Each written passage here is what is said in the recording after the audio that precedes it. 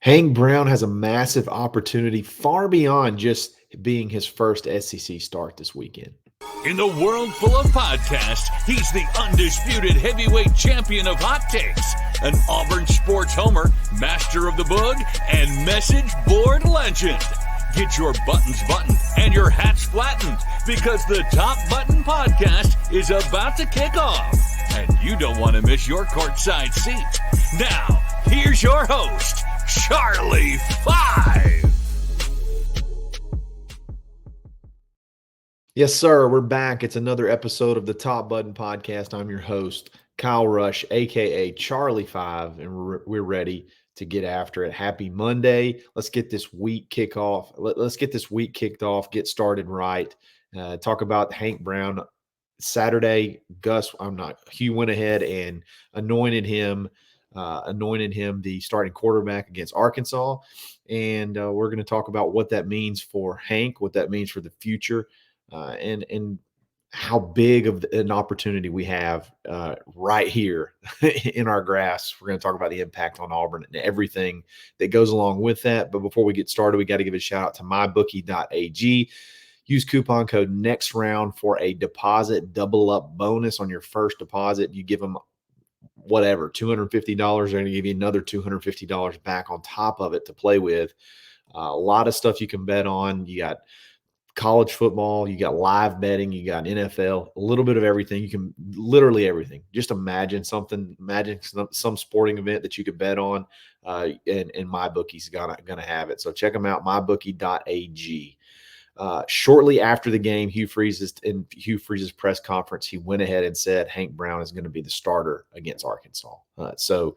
I'm sure nobody missed that, but this is a really, really big opportunity. It's also really good timing. You know, Hank did what he had to do against New Mexico, and I would say subpar scenario, subpar conditions. It rained towards the end of the first half, but it was wet pretty much the whole game. And dry footballs are kind of a big deal for quarterbacks, and it's a big deal for wide receivers. But a little bit of adversity there in his first start that probably could have been, a big hurdle for a lot of people to get over. But Hank handled it. And he was very, very efficient.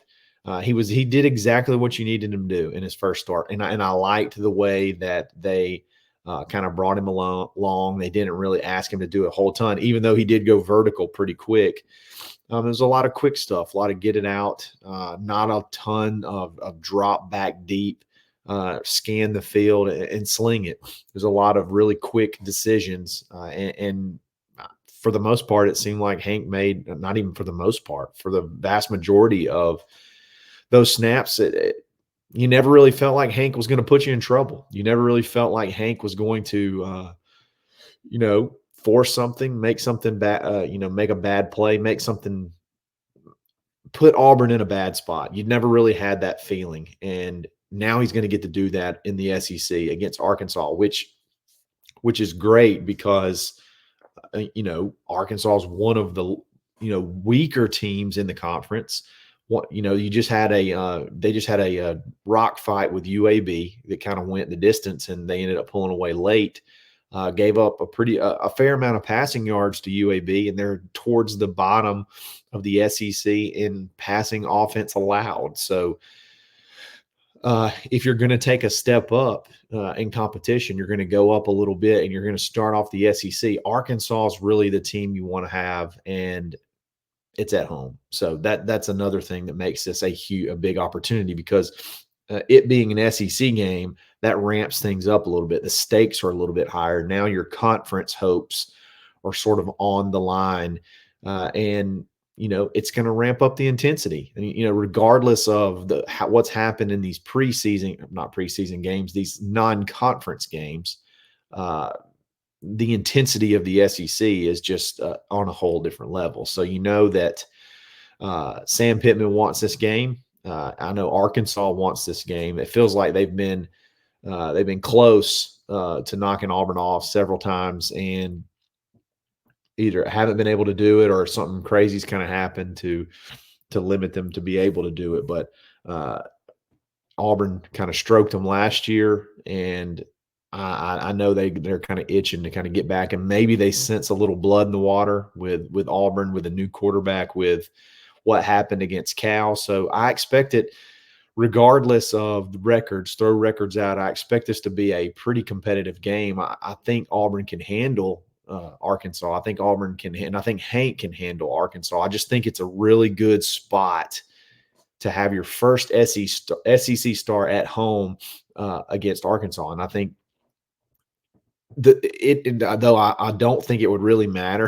Hank seems like the kind of guy that it could be Georgia, it could be whoever. I feel like he's probably going to play about the same regardless, at least from a mental standpoint. It doesn't seem like a whole lot can really shake him, but this is a big deal. This is a big deal. A win this weekend and a good quarterback performance could go a long way in several aspects that we're going to talk about in just a minute. But I'm looking for Hank to do not much more than he already has done. You don't really need Hank to be you don't really need Hank to carry this offense. You just need him to facilitate it, which is kind of what he did on Saturday. And that's really all you really ever asked of Peyton.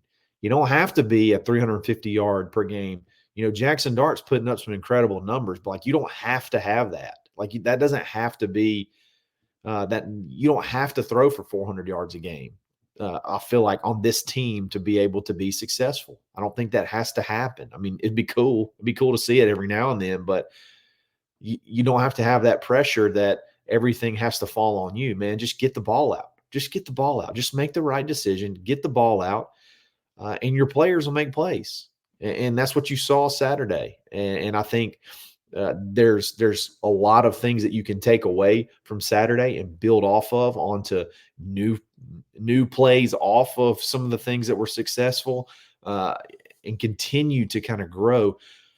You kind of went back, you took a couple steps back with the condensing of the playbook, that now, okay, we found some things that Hank does really well. We can continue to build off of those. And now we get to test that. We get to go up against an SEC opponent and see if we can make that happen. And I think it's a huge opportunity. It's a huge opportunity, and I expect Hank to do really well. The biggest thing, though,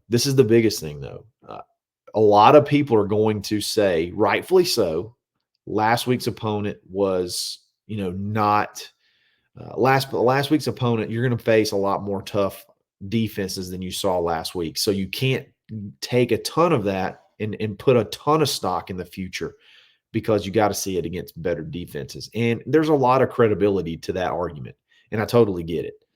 But regardless, he still went out and he performed. And if you can continue to progress, if you can continue to solidify yourself as the starting quarterback moving forward in the SEC, and as you start to face these tougher defenses, that is huge for this Auburn team and this Auburn future, and honestly, the quarterback room future. I don't think it was any secret that after the Cal game, really, honestly, I don't think it was any secret even before the season started that Auburn was more than likely, may still have to, was going to go to the portal for a quarterback, for one more year quarterback to bridge the gap, to get these young quarterbacks more time to develop.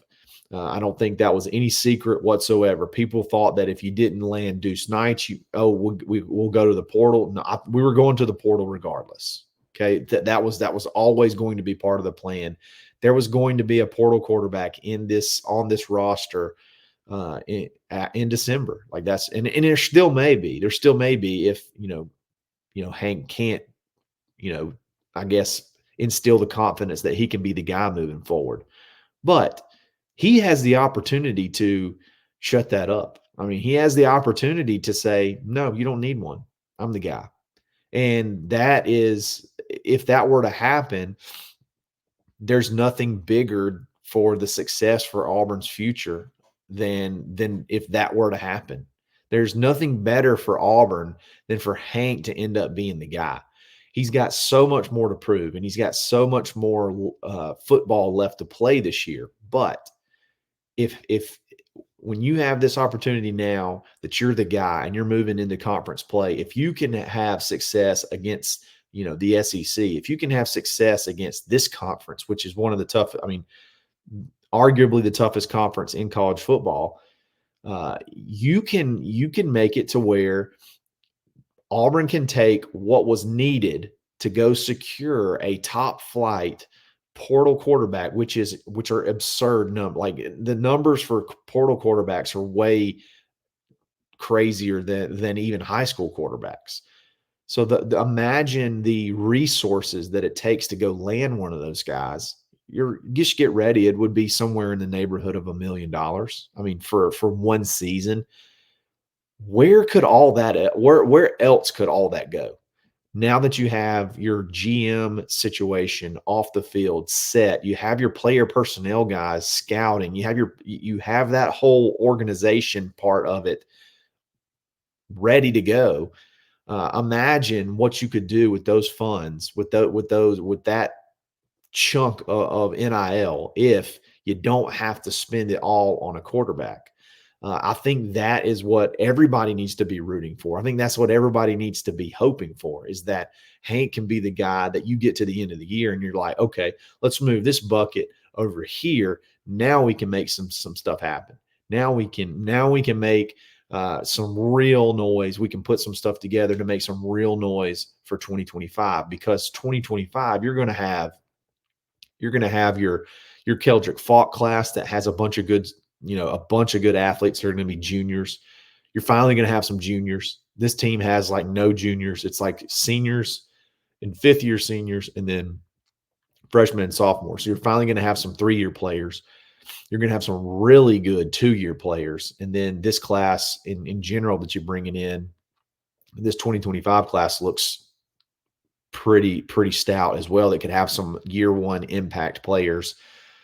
Like you have the foundations for a really, really good future. You have the building blocks for a really, really good future and a really good, hopefully, start to a run starting in 2025. If you don't have to sink a ton of money into a quarterback, boy, the things that you could do. I mean, you feel like your wide receiver room is pretty set, but you may have to go get one more senior guy, to add to that room, because it would be essentially all sophomores. You'd still have an incredibly young room. Offensive line, you're going to lose a bunch of guys. You could go get that could free up money. That could free up money to go get the best offensive tackles on the board, and plug them in, ready to go. You may only need one. You got Tyler Johnson. You may only need one more, but you could go get one or two of the best offensive linemen out there. You just take that $1 million, and you might be able to get two right there. I mean, the impact that this would make, the impact that Hank could make on Auburn moving forward in the future, with this, with his success, is really it's uncomparable to anything else. Like you can't go add a portal player that can make a bigger impact on Auburn than if Hank were to continue to progress and continue to do what he's doing. And I'm really, really excited. I'm really, really rooting for this to actually happen, because again, I see what the possibilities are if Hank ends up being the guy. So I think it's something that's significant, something we need to watch, because if he were to continue to solidify himself as the guy, that's massive for Auburn moving forward. Before we hit to the last point, we got to give a shout out to Ford Stokes with Active Wealth, retirement results powered by Active Wealth. Get a free customized retirement plan with Ford Stokes and his Active Wealth Management team. You've saved your whole life, so you wouldn't have to worry about your money when you retired, but you worry more now than ever. You've been a good saver. You have over $1 million, $2 million, maybe even $3 million or more. You should feel successful, but you don't. You're worried. You need to save more, but you should feel confident. You should feel confident, but you don't. You're worried a big loss will wipe you out. You've saved so you could spend in retirement, but you don't. You're worried you'll run out of money. You want to retire, but you don't. You're worried you don't have enough. any of this sound familiar? It should, because we hear these things all the time. From people just like you who've saved even $1 million or more. So why worry anymore? Go to retirementresults.com/plan, and you can make sure that all that hard work that you've done is paying off. All that hard work that you've done will get you where you need to be. He's really easy to contact, really personable. You'll make a great friend at the same time. There's no reason not to just double check and make sure. So check him out, Ford Stokes Retirement Results, presented by Active Wealth at retirementresults.com/plan. Last thing, recruiting, man. Recruits like, number one, they like victories. Recruits want to see wins, and then recruits also want to see stability. I think stability matters. Hank is not a one and done. Hank's probably not a two and done. So Hank's probably at least a 3-year player.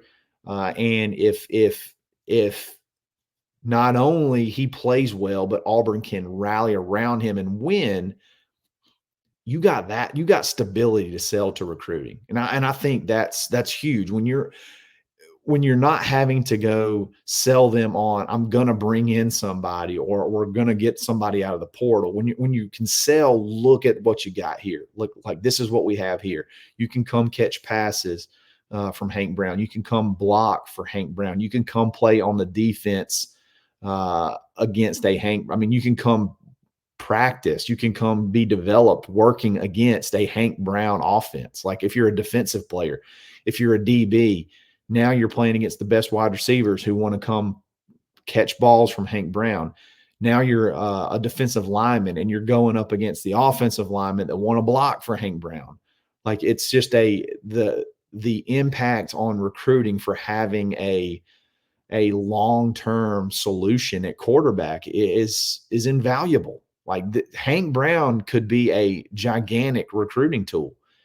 There's just so many things about and him being a redshirt freshman. Like, that's the greatest thing about this whole thing, because again, he's going to have multiple years.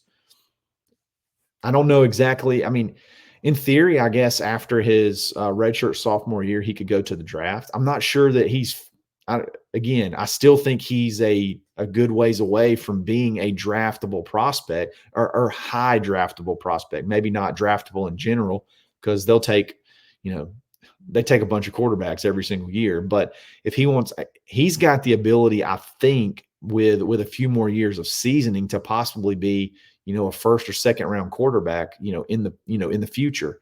Maybe not after 2025, but maybe after 2026. And man, the things you can sell with 3 years of locked in quarterback play is something that's really, really invaluable. I said invaluable a lot. Well, I mean it when I say it, because you can't go get in. If again, this is all if Hank continues to show the success that he showed this past game, if he can translate it to the SEC, you can't put a price tag on that. You just can't. Typically, your NIL quarterbacks are one and dones. Maybe you get 2 years out of them when it's a rare occasion, but most of the time it's adding a quarterback for 1 year. Well, then you're just redoing the game over again after that. To be able to have a quarterback to last 2-3 years is something that is so incredibly rare in college football today, that especially at Auburn. But to be able to do that and be able to sell that is something that's just huge. It's huge for the program. It's huge for the program. So let's see what happens. I love the fact that Hugh anointed him the starting quarterback right after the post-game press conference. He didn't say there was going to be a competition. He just said no. He was solid.